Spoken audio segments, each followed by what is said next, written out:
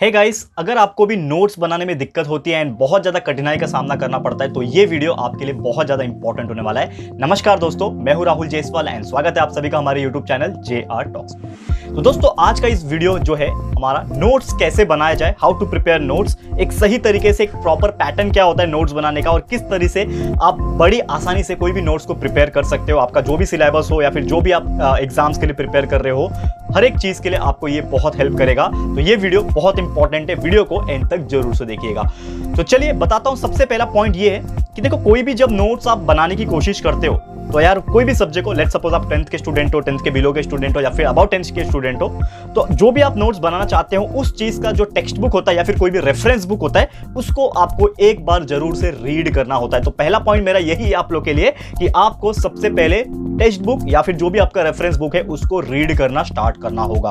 अब रीड करने से क्या होगा कि जब भी आप कोई वो टेक्स्ट बुक को रीड करोगे, चैप्टर बाय चैप्टर उसको रीड करोगे, मैं याद करने की बात नहीं कर रहा हूं, again I am saying just read करना है आपको, कि जस्ट आपको पता चल जाए कि उस चैप्टर में क्या क्या अवेलेबल है, किस तरीके के टॉपिक्स प्रेजेंट है, किस तरीके के एग्जांपल्स प्रेजेंट है, वो आपको एक बार पता चल जाए। तो जैसे आप रीड कर लोगे and at the same time आपको क्या करना है, जैसे आप रीड करते जाओगे आपको अपने हाथ में रखना है एक पेंसिल या फिर एक हाइलाइटर। आप सभी को पता है हाइलाइटर मिल जाते हैं मार्केट में अलग अलग कलर्स के, तो आपको पेंसिल या फिर हाइलाइटर्स ले लेना है और जो भी पॉइंट आपको बहुत ज्यादा इंपॉर्टेंट लगता है या फिर जो टॉपिक आपको लगता है कि यार ये एग्जाम में पूछ सकता है, तो उसको आपको तुरंत अंडरलाइन कर देना है या फिर हाईलाइट कर देना है। ठीक है, तो ये मेरा था सेकंड पॉइंट, आपको अपने बुक के अंदर ही साथ में हाईलाइट कर देना है, पेंसिल से कर लो या फिर हाइलाइटर से कर लो।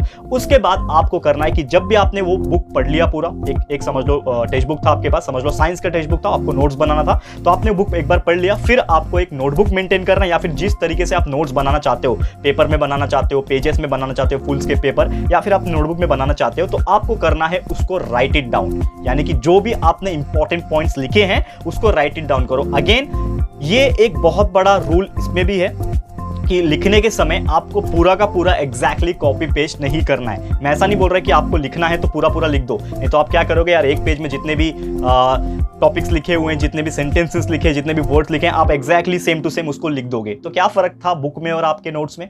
अगर आपने सेम वही बुक का ही उतार के पूरा का पूरा आपने अपने नोट्स में उतार दिया और पूरा का पूरा एग्जैक्टली सेंटेंस वही लिख दिया, तो आपके बुक में और आपके नोट्स में कोई फर्क नहीं पड़ेगा। बुक भी इतना मोटा बनेगा आपका बुक और आपका नोट्स भी इतना ही मोटा बनेगा। नोट्स का मतलब क्या होता है कि जिसको हम पढ़े तो हमें ईजी लगे पढ़ने में और हमारा जो टाइम बुक पढ़ने में लगता है उससे कम टाइम लग सके हमारे नोट्स को पढ़ने में। समझ में आ रहा है? ये एक बेसिक डिफरेंस है। तो यहां पे मैं वही बता रहा हूं कि आपको पूरा का पूरा नहीं लिखना है। Don't write everything from the text book to the notebook. ठीक है, आपके जो टेक्स्ट बुक होगा उसमें से आपको नोटबुक के अंदर पूरा का पूरा नहीं लिखना है, आपको सिर्फ वही लिखना है जो आपके लिए सबसे ज्यादा इंपॉर्टेंट है और आपको इस तरह लिखना है कि वो आपको एटलीस्ट समझ में आ जाए। ऐसा नहीं बोल रहा हूं कि आपको दूसरों को समझाने के लिए एकदम नीट एंड क्लीन हैंडराइटिंग में लिखना है, मैं ऐसा नहीं बोल रहा हूं। आप अपने हिसाब से लिख सकते हो, थोड़ा सा rough handwriting and rough language भी यूज करोगे तो भी चलेगा, एटलीस्ट आपको वो चीज समझ में आना चाहिए। नेक्स्ट पॉइंट यहां पे मैं बोलूंगा कि मेक शॉर्ट नोट्स। आपको क्या करना है, कुछ क्वेश्चंस है तो उसके शॉर्ट नोट्स प्रिपेयर करने, कुछ टॉपिक्स है आपको उसके शॉर्ट नोट्स बनाने हैं, इस प्रकार लिख रहे हैं कि आपको एटलीस्ट समझ में आ जाए कि एक टॉपिक है, समझ लो मेटलर्जी, या फिर एक टॉपिक है वैलेंसी,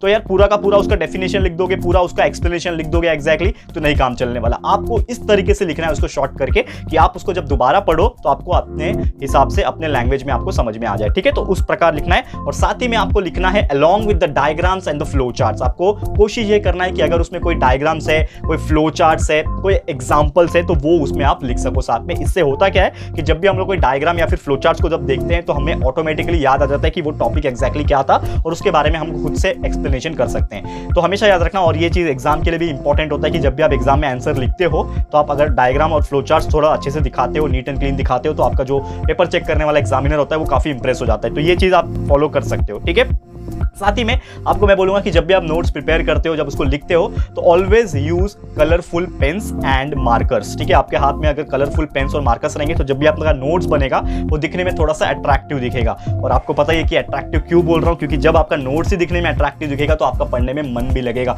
तो एक्चुअल में होता क्या है कि आप ये करके देख लेना, साइकोलॉजिकल थिंग है कि अगर आपके हाथ में एक बुक है जो कि बहुत ही गंदे हैंडराइटिंग में एंड बहुत ही पुअर तरीके से लिखा हुआ है और एक आपके हाथ में बुक है जिसमें एकदम neat and clean systematic diagram flow charts हर एक मेथड से लिखा हुआ है, तो आपको पढ़ने में क्या मजा आएगा, ये पढ़ने में मजा आएगा जिसमें अच्छे से लिखा हुआ है, नीट एंड क्लीन और कलरफुल तरीके से लिखा हुआ है, क्योंकि आपको पढ़ने में इंटरेस्ट आ रहा है, वो चीज दिखने में अच्छा दिख रहा है तो पढ़ने में तो मजा आएगा ना। और वही चीज आपके बुक में ना डायग्राम है ना फ्लो चार्ट है, पूरा का पूरा एकदम बड़े बड़े एक्सप्लेनेशन लिखे हुए हैं और गंदे हैंडराइटिंग में लिखी है, तो आपको वो चीज मजा नहीं आएगा, आप उसको पढ़ोगे भी नहीं। तो ये एक डिफरेंस याद रखना। तो always use colourful pens and markers if possible, ठीक है। दूसरा चीज ये है कि always use diagrams with examples, always use flow charts with example, and साथ ही में आप जो है डायग्राम के थ्रू भी आंसर दे सकते हो। जैसे कि आपका एक टॉपिक है, for example angiosperms gymnosperm, let's suppose I am taking some example कि एंजियोस्पर्म जिम्नोस्पर्म क्या होता है, तो आपके उस टॉपिक के अंदर जो भी डायग्राम है वो उसके सामने बनाओ, थोड़ा सा लिखो अपने लैंग्वेज में, थोड़ा सा लिखो उसके बारे में, एंड उसके बारे में डायग्राम भी लिखो। इससे होगा क्या कि आपको वो क्वेश्चन का आंसर जो है वो पढ़ के भी समझ में आ जाएगा और डायग्राम देख के भी समझ में आ जाएगा जब उसको आप दोबारा देखने जाओगे, ठीक है। तो ये डिफरेंस याद रखना।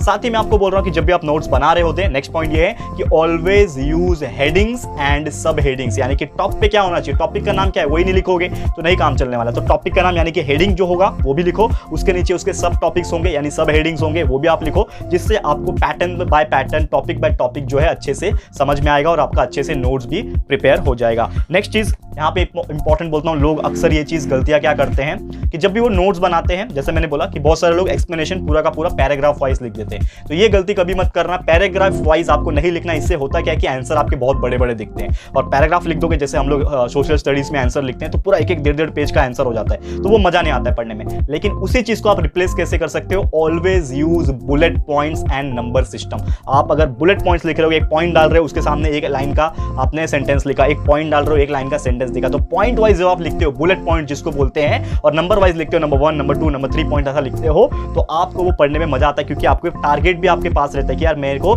ये 6 पॉइंट्स याद कर रहे हैं, तो एक पॉइंट याद कर लिया, दूसरा पॉइंट याद कर लिया, तीसरा पॉइंट याद कर लिया, तो ऐसे लाइन बाय लाइन आप याद कर सकते हो। ये आपका एक बहुत ही अच्छा बेनिफिशियल चीज हो सकता है। तो ऑलवेज यूज हेडिंग्स एंड सब हेडिंग्स तो मैंने बोला, लेकिन always use bullet points and number system, ये आपको याद रखना है। एक और सबसे इंपॉर्टेंट चीज ये है जो मुझे लगता है नोट्स बनाने में काम आता है, कि आपको जो आंसर लिखते हो या फिर आप जो भी टॉपिक वाइज एक्सप्लेनेशन लिखते हो अपने हिसाब से, उसके बीच में स्पेसिंग जरूर से छोड़ना है, यानी स्पेस देना है। अगर आपने बहुत ही लेंथी तरीके से लिखा है, पूरा मिक्सअप करके लिखा है, तो वो दिखने में अच्छा नहीं दिखेगा, आपको मजा नहीं आएगा। अगर आप स्पेस देके रखोगे तो एकदम नीट एंड क्लीन और आपको छोटे छोटे चीज दिखेंगे। एंड आपको एक पता है ह्यूमन साइकोलॉजी है कि कुछ चीज अगर मोटा दिखता है तो आपको पढ़ने में मजा नहीं आता। अगर लेट्स सपोज मैंने आपके सामने इतना मोटा बुक दे दिया और आपको मैंने बोला कि इसको 1 महीने में पढ़ के दिखाओ, तो आप बोलोगे नहीं यार। और वही आपके सामने इतना पतला एक बुक दे दिया तो आप बोलोगे यार इसको तो मैं 10 दिन में खत्म कर दूंगा। तो आपके अंदर ये एक चीज आता है कि अगर जो चीज बड़ा है उसको आप नहीं हाथ लगाते हो, छोटी चीज को आप हाथ लगाते हो, क्योंकि वो चीज आसानी से लर्न हो सकती है, ऐसा आपको लगता है। तो ये एक साइकोलॉजिकल थिंग है, ये आपको ध्यान में रखना है। तो हमेशा आप स्पेस दो, सो दैट आपका बुक भी जो है नीट एंड क्लीन बने और अच्छे से आपको वो चीज दिखाई दे, और आपका जो बुक होगा या फिर नोट जो बनेगा वो काफी अच्छा अट्रैक्टिव दिखे। And try to make your notes slim as possible. जैसे मैंने जितना पतला आप बना सकते हो, जरूरी नहीं है कि आपका एक अगर 500 पेजेस का टेक्स्ट बुक था, उसको आप नोट जब बनाओगे तो वो 400 पेज का बनेगा, यानी 100 पेजेस से कम किया, तो ये कुछ फायदा ही नहीं हुआ। इससे अच्छा आप अपना टेक्स्ट बुक ही पढ़ लो ना, तो वो कुछ फायदा नहीं होगा। ट्राई ये करो कि अगर आपका 500 पेजेस का टेक्स्ट बुक है तो एटलीस्ट 50% आपका हो जाए नोट्स, यानी कि 500 पेजेस का 250 पेजेस का नोट्स बन जाए, क्योंकि वो आधा हो गया और आप उसको जब पढ़ोगे तो आपको और अच्छे से समझ में आएगा, क्योंकि ऑलरेडी बहुत सारी चीजें आपने इसके पहले भी करके रखी है। ठीक है दोस्तों, तो यही था कुछ मेरा मेथड जो कि मैंने अपने लाइफ में फॉलो किया एंड जो मुझे लगता है आप लोग को करना चाहिए। तो यही कुछ मेथड्स है जो आप फॉलो कर सकते हो while making your notes, while preparing your notes. तो फटाफट जाइए, जो भी टेक्निक मैंने कहा यहाँ पे उसको एनालाइज कीजिए, उसको समझने की कोशिश कीजिए, और एक बार आपको समझ में आ जाए तो फटाफट से आप अपना नोट्स बनाना शुरू कर दिए, क्योंकि अगर आप लेट करोगे तो कहीं ना कहीं पीछे छूट जाओगे। तो नोट्स खुद से बनाना सबसे बेस्ट स्ट्रैटेजी होता है, ये हमेशा मैं बोलता हूँ। खुद से नोट्स बनाओगे तो आपको ये यहाँ पे दिमाग में रह जाएगा वो चीज, और जब उसको आप लर्न करोगे, अच्छे से याद करोगे, तो डेफिनेटली क्या होगा कि वो चीज आपको बहुत अच्छे से समझ में आ जाएगा और फटाफट से लर्न भी हो जाएगा। ठीक है दोस्तों, तो इसी के साथ हमारा आज का सेशन होता है समाप्त। जो इंपॉर्टेंट पॉइंट्स मुझे कहने थे मैंने कह दिए। मैं उम्मीद करता हूँ कि ये चीज आप अपने लाइफ में जरूर से इंप्लीमेंट करोगे। ठीक है, तो आज के लिए इतना ही। जल्द लेकर आऊंगा ऐसे ही और भी वीडियोस, और जो टॉपिक्स के ऊपर आपको वीडियो चाहिए प्लीज आप हमें कमेंट करके बता सकते हो। जो भी टॉपिक्स रहेगा हम पूरी कोशिश करेंगे आगे आपके लिए ऐसे ही वीडियोस बना के लेकर आते रहेंगे। ठीक है दोस्तों, तो ये वीडियो आपको कैसा लगा है प्लीज हमें कमेंट करके बताना, अपनी राय और सजेशन जरूर से देना। और अगर आपको ये वीडियो यूजफुल लगा है, अच्छा लगा है, पसंद आया दोस्तों, तो प्लीज वीडियो को एक लाइक कर देना एंड शेयर कर देना। आपके जितने भी सारे फ्रेंड्स है सबको शेयर कर देना, रिलेटिव्स को शेयर कर देना, सो दैट आगे वहां तक रीच हो सके और सब लोग अपना अपना अपना नोट्स बना सके, ठीक है। एंड साथ में चैनल पे न्यू हो, फर्स्ट टाइम आए हो, हमारे वीडियोस अगर आपको पसंद आ रहे हैं, इसी प्रकार के वीडियोस आपको कंटिन्यूस चाहिए, तो फटाफट से हमारे चैनल को भी सब्सक्राइब कर देना, साथ में बेल आइकन को हिट कर देना, ताकि जब भी हम लोग कोई वीडियोस को अपलोड करेंगे आप लोग को नोटिफिकेशन मिलती रहेगी, ठीक है फ्रेंड्स। तो मिलते हैं हमारे अगले वीडियो में। ये वीडियो देखने के लिए thank you and good bye.